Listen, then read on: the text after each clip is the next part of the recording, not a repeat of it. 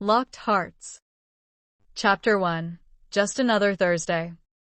The morning had been quiet, almost too quiet for downtown Chicago. Elena Ruiz, a bank teller at Metro West Credit Union, had just refilled her coffee when the tall man in the navy suit stepped up to her counter. He had the kind of face that stuck with you, square jaw, piercing blue eyes, and a look of both confidence and distraction. She'd seen him before, always around the same time on Thursdays. "Deposit today, Mr. St. James?" Elena asked, trying not to sound too interested. A little of that, a little transfer. But mostly he paused, flashing a smile. An excuse to say hi. Before Elena could respond, a scream rang out near the entrance. 3 figures in black stormed through the doors, weapons raised, shouting for everyone to hit the floor. The room dropped into chaos, but somehow, through the noise and fear, Elena and Mr. St. James ended up beside each other behind the teller line, their hands raised. Neither knew the other's name. Yet by the time the police negotiator's voice echoed over a megaphone outside, their bond had already begun to form. And, before the day was done, they'd both risk everything, not just to stop the robbery, but to save each other. Chapter 2. First Names in a Crisis. The robbers moved quickly. One took control of the security cameras. Another herded the customers and staff into the lobby, keeping a watchful eye on the front doors. The leader, a tall man with a cold stare and a jagged scar across his cheek, barked orders with ruthless efficiency. "Phones in the bag. Nobody tries anything stupid," he growled, tossing a gym bag onto the marble floor.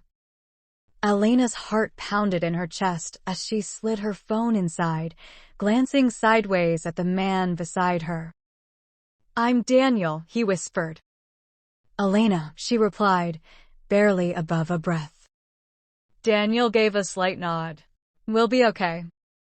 She wanted to believe him, but the sound of a gunshot, a warning shot, into the ceiling, made her flinch and doubt. Outside, the sirens had stopped. The robbers knew they were surrounded. Inside, fear clung to the walls like thick fog. But amid it, Elena noticed Daniel's calm. His eyes scanned the robbers, tracked their movements. He wasn't panicking. "You're not just a guy who deposits checks, are you?" she murmured. He smirked. "I read a lot of spy novels." Their moment was broken when the scar-faced leader grabbed a teller and dragged him toward the vault. Elena couldn't stay still. "They don't know the real layout," she whispered to Daniel. "There are panic buttons. Hidden doors." Daniel leaned closer. "Then maybe we use that. You show me the layout. I'll find a way to tip the cops." Elena hesitated, then nodded. Whatever happened next, they were in it together. And she wasn't about to let fear write the ending. Chapter 3. Signals in the Dark.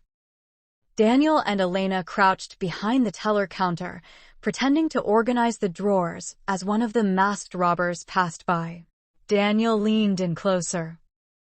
"Which drawer has the panic button?" he whispered. "Third from the left. But it only works if the alarm system is online. They shut it down already," she said. "But there's a backup switch inside the manager's office." Daniel looked toward the office door on the far side of the lobby. A long shot. Scarface returned, furious. "Where's the manager?" he bellowed. No one answered. Daniel made a choice. "I know where he is," he said loudly. All eyes turned to him. "You do?" Scarface asked, stepping closer, weapon raised. Daniel nodded. He went into the break room. He was trying to call the police. Scarface grabbed one of his men. "Go check. If he's lying, shoot him." As the second man moved toward the break room, Daniel leaned to Elena. "He'll find the manager passed out from shock. Bought us a little time." Elena stared at him, impressed and terrified. Scarface turned back. "You, banker. come help open the vault. Elena stood slowly. No, Daniel said sharply. Take me instead. Scarface raised a brow. You know the codes? No, but I know how to move money faster than she does. And she looks like she might faint. Scarface considered, then motioned with his gun.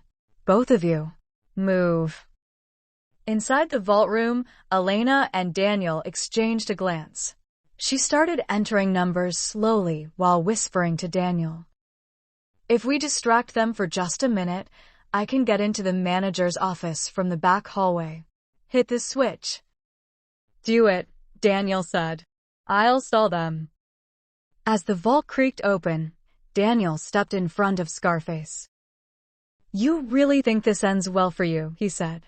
There are cameras, witnesses. You're already surrounded. Scarface laughed. We've got leverage. And a plan. You're just noise.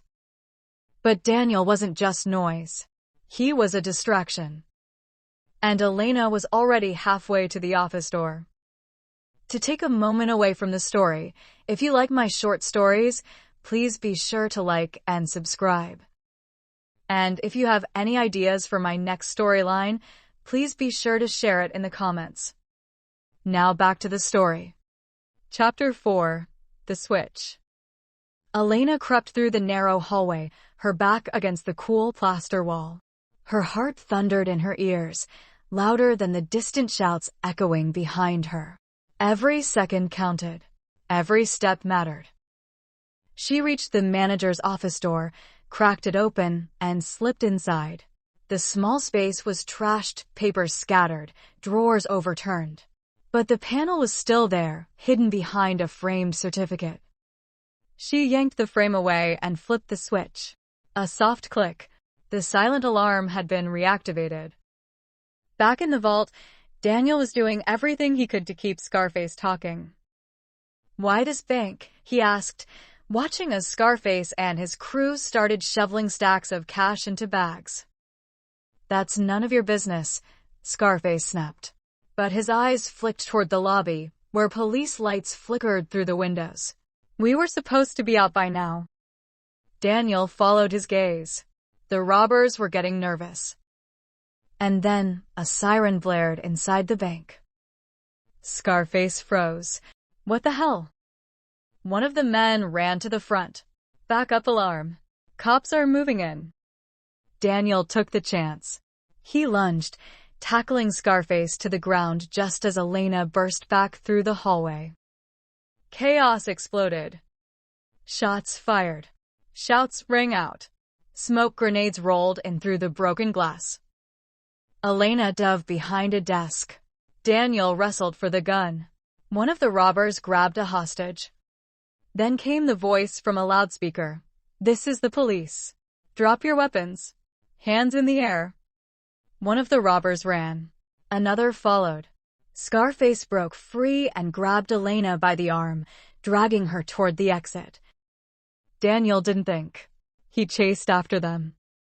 And as the standoff came to its peak, he made a choice that would change both their lives. Chapter 5. Breaking Point. Daniel sprinted across the lobby, dodging shattered glass and overturned chairs. Scarface held Elena like a human shield, his gun pressed to her temple as he backed toward the side exit. Let her go, Daniel shouted. Scarface paused, sneering. One more step, and she dies. Elena struggled against his grip, her eyes locked on Daniel's. Despite the fear, there was trust and something more. Something unspoken but fierce. The cops were closing in. From the corner of his eye, Daniel saw the red of a sniper laser flicker across Scarface's shoulder. He raised his hands slowly. You don't want to die today. And she's not your way out. Shut up, Scarface roared, his grip tightening. Elena elbowed him hard in the ribs. He flinched. Daniel lunged. They collided in a tangle of limbs. The gun went off, a single, deafening shot. For a moment, everything stopped. Then Scarface collapsed. Elena scrambled away, her hands shaking. Daniel knelt beside her, checking her over. "You okay?" he asked. She nodded, tears streaming down her cheeks. "You came back for me." He touched her face gently. "Of course I did." Police swarmed the room. Paramedics arrived. The remaining robbers were taken into custody.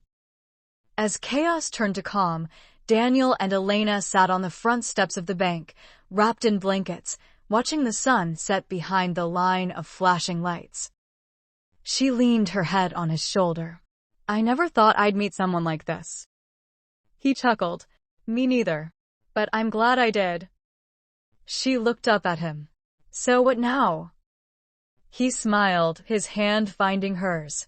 "We get dinner. Somewhere without sirens and hostages."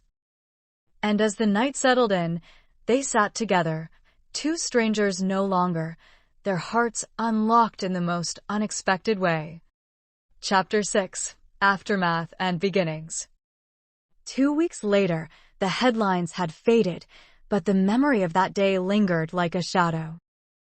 Elena sat at a quiet cafe near Lake Michigan, sipping tea and waiting.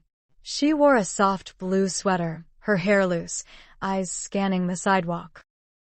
Then she saw him, Daniel, in jeans and a leather jacket, holding a paper bag. "You're late," she teased. He grinned. "I brought croissants as tribute." They sat. For a while, they just talked about ordinary things. Coffee preferences, childhood memories, favorite songs. Finally, Elena looked at him, serious. "You never told me what you do." "Not really."